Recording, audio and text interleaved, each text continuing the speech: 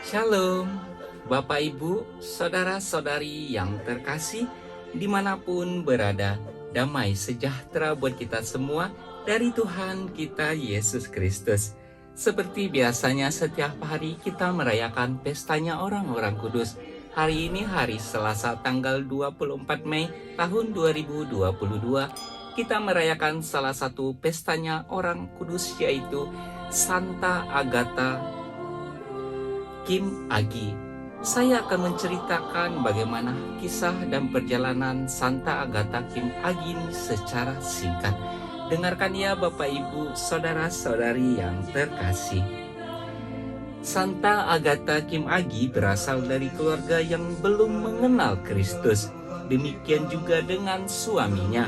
Pada masa itu, ajaran Katolik dianggap sebagai ajaran sesat. Setelah kejadian pada tahun 1791 ketika Paulus Yun Chingyung membakar tablet berhala leluhurnya. Peristiwa itu memicu terjadinya gelombang penganiayaan kepada umat Katolik yang dimulai pada tahun 1801. Pada mulanya, Agatha dan suaminya tidak tertarik untuk mempelajari iman Katolik karena takut dianiaya. Namun demikian, suatu hari seorang saudari Agatha yang lebih tua datang berkunjung. Saudarinya itu adalah seorang Katolik yang taat. Di ruang depan di rumah Agatha terdapat sebuah peti beras yang besar dan di atasnya terdapat tablet berhala leluhur. Di sana juga terdapat gambar yang aneh berada di dinding.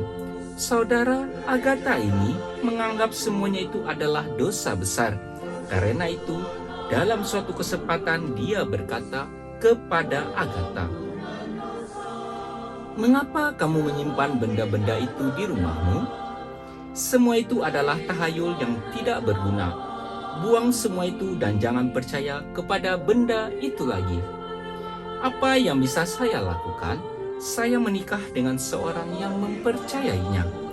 Hanya ada satu yang menguasai seluruh dunia, yaitu Kristus. Sekarang waktunya bagi kamu untuk bangun dari kegelapan, untuk belajar dan menjalankan kebenaran. Melalui saudarinya itu, Agatha mulai merasakan kerinduan untuk mengenal Kristus. Ia lalu memutuskan mengikuti katekese agar dapat dibaptis sebagai orang secara Katolik. Meski sadar akan penganiayaan yang dialami oleh umat Katolik di masa itu, namun ia siap menghadapi segala sesuatu yang akan terjadi. Agatha memang terlambat mengenal iman Katolik, namun setelah dia memulainya, dia bertumbuh dengan cepat dan penuh semangat. Selama masa katekese, Agatha tidak terlalu menonjol. Ia dianggap lamban karena walau telah berusaha sangat keras, namun ia tetap saja tidak dapat melafalkan doa-doa dasar yang pada masa itu masih diucapkan dalam bahasa Latin.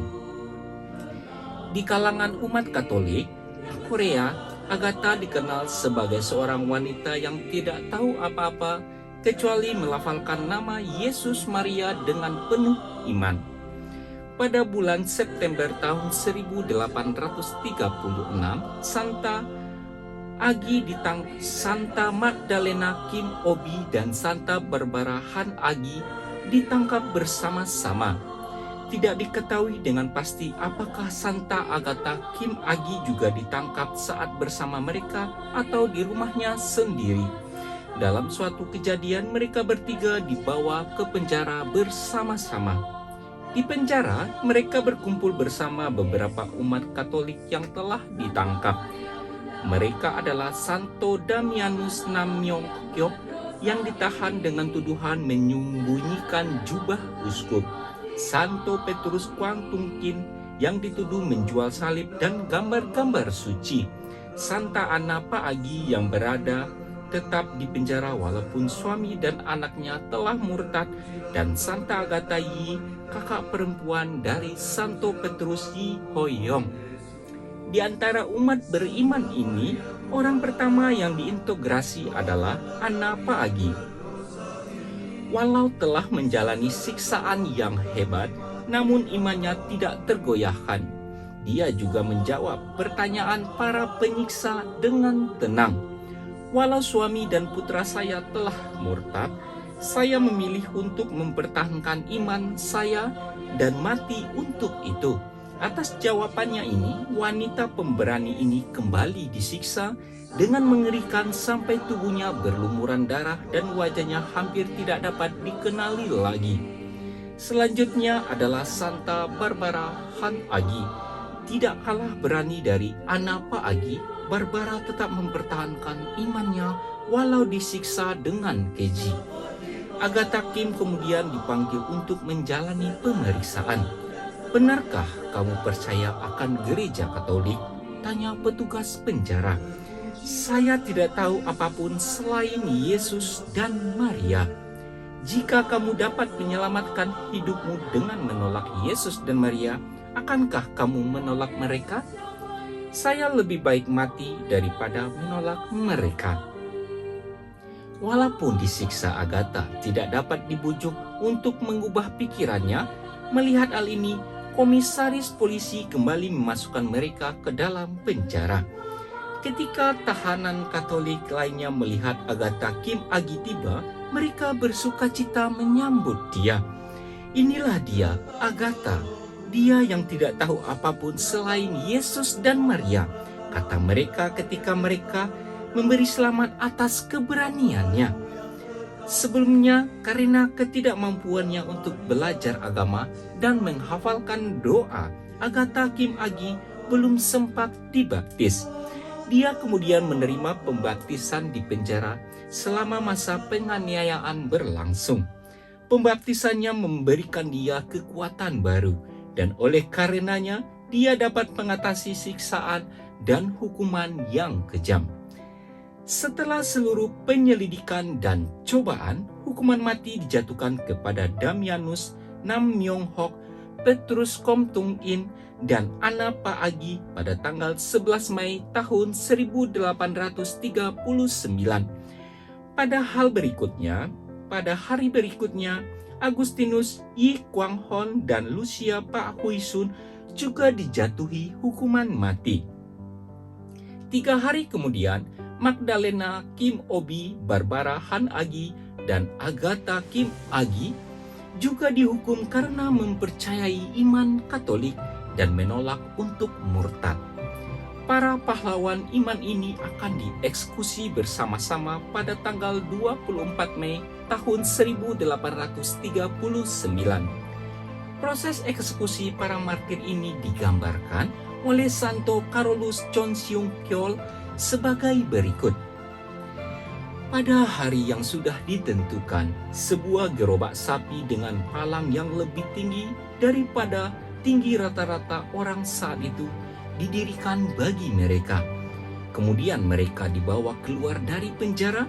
Ketika semuanya sudah siap, para penjaga membawa para tahanan dan mengikat tangan dan rambut mereka pada palang tersebut. Sebuah penahanan kaki dipasangkan di kaki mereka dan sinyal keberangkatan dibunyikan. Ketika mereka tiba di bukit yang curam, di mana pintu gerbang kecil barat berada, para penjaga tiba-tiba menarik penahan kaki mereka dan pengemudi gerobak memaksa sapi-sapi itu untuk berlari ke bawah. Jalannya kasar dan berbatu, gerobak meluncur dan menyebabkan penderitaan hebat bagi para tahanan yang tangan dan rambut mereka digantung kayu palang itu. Di tempat eksekusi yang berada di kaki bukit, para penjaga melepaskan para tahanan dari palang itu dan merobek pakaian mereka. Algojo mengikat rambut mereka dan balok kayu, lalu mereka memenggal kepala mereka. 9 orang martir menerima mahkota mereka pada pukul 3 siang hari itu, jam yang sama ketika Yesus menghembuskan nafasnya yang terakhir di kayu salib puluhan abad yang lalu. Berdasarkan hukum waktu itu, jenazah mereka dibiarkan di tempat eksekusi selama 3 hari.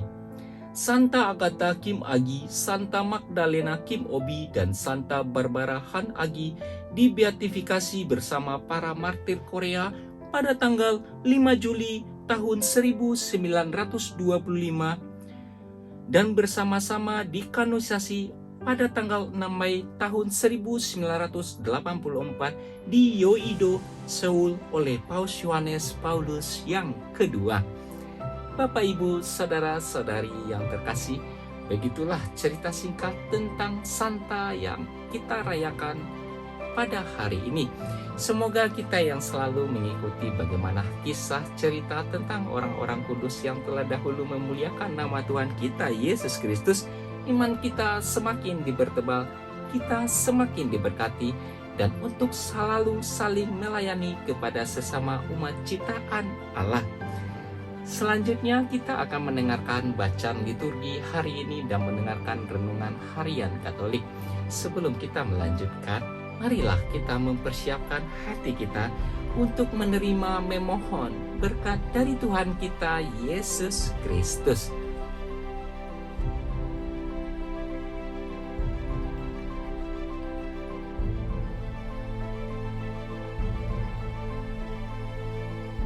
Tuhan Yesus memberkati.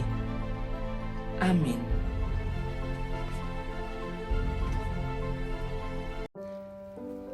Hari ini hari Selasa, tanggal 24 Mei tahun 2022. Bacaan pertama diambil dari kitab Kisah Para Rasul 16 ayat 22 sampai ayat 34. Ketika Paulus dan Silas ada di kota Filipi, terjadilah yang berikut ini. Orang-orang Filipi bangkit menentang Paulus dan Silas. Lalu pembesar-pembesar kota itu menyuruh mengoyakkan pakaian dari tubuh mereka dan mendera mereka. Setelah berkali-kali didera, mereka dilemparkan ke dalam penjara. Kepala penjara diperintahkan untuk menjaga mereka dengan sungguh-sungguh. Sesuai dengan perintah itu, kepala penjara memasukkan mereka ke ruang penjara yang paling tengah dan membelenggu kaki mereka dalam pasungan yang kuat. Tetapi kira-kira tengah malam, Paulus dan Silas berdoa dan menyanyikan puji-pujian kepada Allah. Dan orang-orang hukuman lain mendengarkan mereka. Dan terjadilah gempa bumi yang hebat, sehingga sendi-sendi penjara itu goyah. Seketika itu juga terbukalah semua pintu dan terlepaslah belenggu mereka semua. Ketika kepala penjara itu terjaga dari tidurnya dan melihat pintu-pintu penjara terbuka, ia menghunus pedangnya hendak membunuh diri. Karena ia menyangka bahwa orang-orang hukuman itu telah melarikan diri. Tetapi Paulus berseru dengan suara nyaring, katanya, "Jangan celakakan dirimu, sebab kami semuanya masih ada di sini." Kepala penjara itu menyuruh membawa suluh, lalu berlari masuk dan dengan gemetar tersungkurlah ia di depan Paulus dan Silas. Ia mengantar mereka keluar sambil berkata, "Tuan, Tuan, apakah yang harus aku perbuat supaya aku selamat?" Jawab mereka, "Percayalah kepada Tuhan Yesus Kristus dan engkau akan selamat, engkau dan seisi rumahmu." Lalu Paulus dan Silas memberitakan firman Tuhan kepadanya dan kepada semua orang yang ada di rumahnya. Pada jam itu juga kepala penjara itu membawa mereka dan membasuh bilur-bilur mereka. Seketika itu juga ia dan keluarganya memberi diri dibaptis. Lalu ia membawa mereka ke rumahnya dan menghidangkan makanan kepada mereka. Dan ia sangat bergembira bahwa ia dan seisi rumahnya telah menjadi percaya kepada Allah. Demikianlah sabda Tuhan. Syukur kepada Allah. Inilah Injil Tuhan kita Yesus Kristus menurut Yohanes. Dimuliakanlah Tuhan. Bacaan Injil diambil dari kitab Yohanes 16 ayat 5 sampai ayat 11. Dalam amanat perpisahannya, Yesus berkata kepada murid-muridnya, "Sekarang aku pergi kepada Dia yang telah mengutus aku, dan tiada seorang pun di antara kamu yang bertanya kepadaku, 'Kemana engkau pergi?' Tetapi benar yang kukatakan kepadamu adalah lebih berguna bagi kamu jika aku pergi. Sebab jikalau aku tidak pergi, penghibur tidak akan datang kepadamu. Sebaliknya, jikalau aku pergi, aku akan mengutus Dia kepadamu. Dan kalau penghibur itu datang, Ia akan menginsafkan dunia akan dosa, kebenaran, dan penghakiman akan dosa. Karena mereka tetap tidak percaya kepadaku akan kebenaran, karena aku pergi kepada Bapa, dan kamu tidak melihat aku lagi. Akan penghakiman, karena penguasa dunia ini telah dihukum." Demikianlah sabda Tuhan. Terpujilah Kristus. Renungan Harian Katolik hari ini, hari Selasa tanggal 24 Mei tahun 2022. Hari ini Yesus sedang mempersiapkan murid-muridnya untuk kepergiannya. Saat waktu kenaikan Yesus dan kedatangan Roh Kudus semakin dekat, Yesus mulai mempersiapkan murid-muridnya untuk kepergiannya. Bacaan Injil hari ini dimulai di tengah percakapan Yesus dengan murid-muridnya. Dia memberitahu para pengikutnya bahwa Dia akan pergi ke Dia yang mengutus Dia. Semoga demikian. Amin.